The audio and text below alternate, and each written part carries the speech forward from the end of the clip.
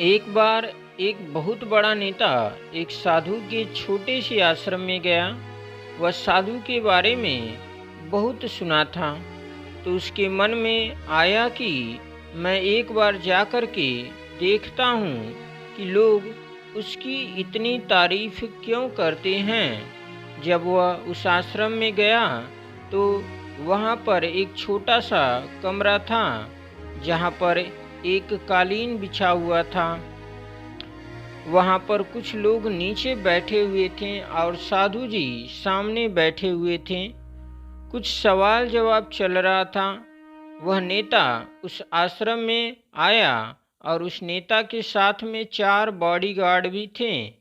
और उसकी यह आदत थी कि जहाँ पर भी वह जाता था, लोग अपनी जगह से खड़े हो जाते थे और उसकी तरफ देखते थे और हाथ जोड़ते थे और सर झुकाते थे।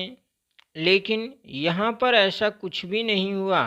साधु व्यस्त होने के कारण उसकी तरफ देखा तक नहीं। तभी नेता को लगा कि यह मेरी बेइज्जती है और इस बात से गुस्सा हो गया। नेता ने थोड़ा गुस्से से साधु की बात को बीच में काटते हुए कहा कि मैं आपसे कुछ कहना चाहता हूँ। साधु ने उसकी तरफ देखा और बोला, आप थोड़ी देर रुकिए, पहले मैं इनके सवाल का जवाब दे दूं, उसके बाद मैं आपसे बात करता हूँ। तब तक आप अगर चाहें तो आप बैठ सकते हैं। बस साधु का इतना कहने की ही देरी थी। नेता का चेहरा गुस्से से लाल हो गया और फिर उसने अपना सारा गुस्सा उस साधु पर निकाल दिया। तभी अभी तक वह नेता बहुत तमीज से आप कह करके बात कर रहा था, लेकिन अब वह तू तड़ाक पर उतर आया। नेता ने उस साधु को कहा, तुझे पता भी है मैं कौन हूँ और तू किससे बात कर रहा है? साधु ने उसकी तरफ देखा और कहा, मुझे इससे कोई फर्क नहीं पड़ता है कि आप कौन हैं, लेकिन आप जो कोई भी हैं, अगर आप चाहते हैं कि मैं आपके सवाल का जवाब दूं या आपसे बात करूं, तो आपको कुछ देर रुकना होगा। और साधु की यह कहने हैं नेता गुस्से से पागल हो गया और वहीं सबके सामने चिल्लाने लगा, अब मैं तुझे तेरी असली औकात दिखाऊंगा। तूने मुझसे पंगा लेकर के ठीक नहीं किया। मुझे तुझे पता भी है मैं तेरे बारे में क्या सोचता हूँ। साधु ने फिर से नेता की तरफ देखा और बड़े ही प्रेम से कहा कि मुझे इससे कोई फर्क नहीं पड़ता कि आप मेरे बारे में क्या सोचते हैं।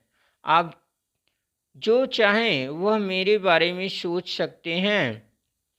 फिर नेता ने उससे कहा कि तू चाहे सुनना चाहता है या नहीं, लेकिन मैं तुझे यही सब के सामने बताऊंगा कि मैं तेरे बारे में क्या सोचता हूँ। तू कोई साधु नहीं है, तू एक बहुत ही घटिया इंसान है। तू एक ढोंगी है, पाखंडी है और यहाँ पर जितने भी लोग बैठे हैं उन सब को बेवकूफ़ बना रहा है। तेरा बस एक ही मकसद है, इन लोगों की जेब में जितना भी पैसा है वह सब तेरे पास में आ जाए। तू अपने फ़ायदे के लिए इन लोगों का इस्तेमाल कर रहा है और अब मैं तुझे नहीं छोड़ने वाला हूँ। पूरी दुनिया के सामने तेरा पर्दाफाश करके रहूँगा। लेकिन उसके इतना बोलने के बाद भी हल्की सी मुस्कान उस साधु के चेहरे पर बनी ही रही। यह देखकर वह और भी तिलमिला गया और उसने कहा, अब बहुत हो गया, अब मैं यहाँ 1 मिनट भी नहीं रुकने वाला। लेकिन अभी भी तेरे पास मौका है। अगर मुझसे माफ़ी मांगनी है या मुझसे कुछ कहना है तो कह सकते हो। इतना सब होने के बाद भी साधु के चेहरे पर एक मुस्कान थी और वह बिल्कुल शांत था। और फिर उन्होंने अपनी आंखें बंद करीं और फिर साधु ने अपनी आंखें खोलीं, हाथ जोड़े और कहा कि मुझे आपसे कोई गिला शिकवा नहीं है। आपके लिए मेरे मन में कोई भी गलत ख्याल नहीं है। जो भी मेरे बारे में आपने कहा वह आपकी अपनी सोच थी। तो मुझे आप में कोई भी बुराई नज़र नहीं आती है। मुझे आप बहुत ही भले इंसान लगे रहे हैं। और साधु के इतना कहते ही नेताजी का दिमाग 7वें आसमान पर पहुंच गया। उसके चेहरे पर एक अजीब सी खुशी थी, क्योंकि उस साधु ने वही कहा जो बाकी सब लोग उस नेता को कहते हैं। और वह खुशी खुशी उस आश्रम से अपने घर की तरफ चला गया और जा कर के अपने पिताजी के साथ में बैठ गया। उसके पिताजी ध्यान में थे। उन्होंने पूरी जिंदगी सिर्फ लोगों की सेवा करी और बदले में कुछ भी उम्मीद नहीं किया। तो थोड़ी देर बाद जब उन्होंने अपनी आंखें खोली और देखा अपने बेटे को अपने साथ बैठे हुए, तो उनके बेटे के चेहरे पर आज एक अजीब सी खुशी थी जो आज से पहले उन्होंने कभी नहीं देखी थी। फिर उसने एक एक करके सब कुछ बताया कि आज क्या हुआ, किस तरह से वह आश्रम गया और वहाँ पर क्या हुआ, उसने क्या कहा और साधु जी ने क्या कहा।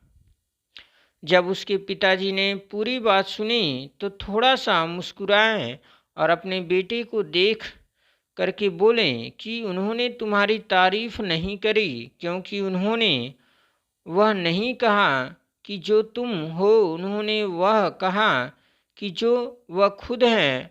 और तुमने जो भी कुछ उनको कहा वो नहीं कहा कि जो वो हैं, बल्कि तुमने वह कहा जो तुम खुद हो। यही बात वेदों में भी कही गई है, यथा दृष्टि तथा सृष्टि। यह दुनिया तुम्हें वैसी नहीं दिखती जैसी यह दुनिया है।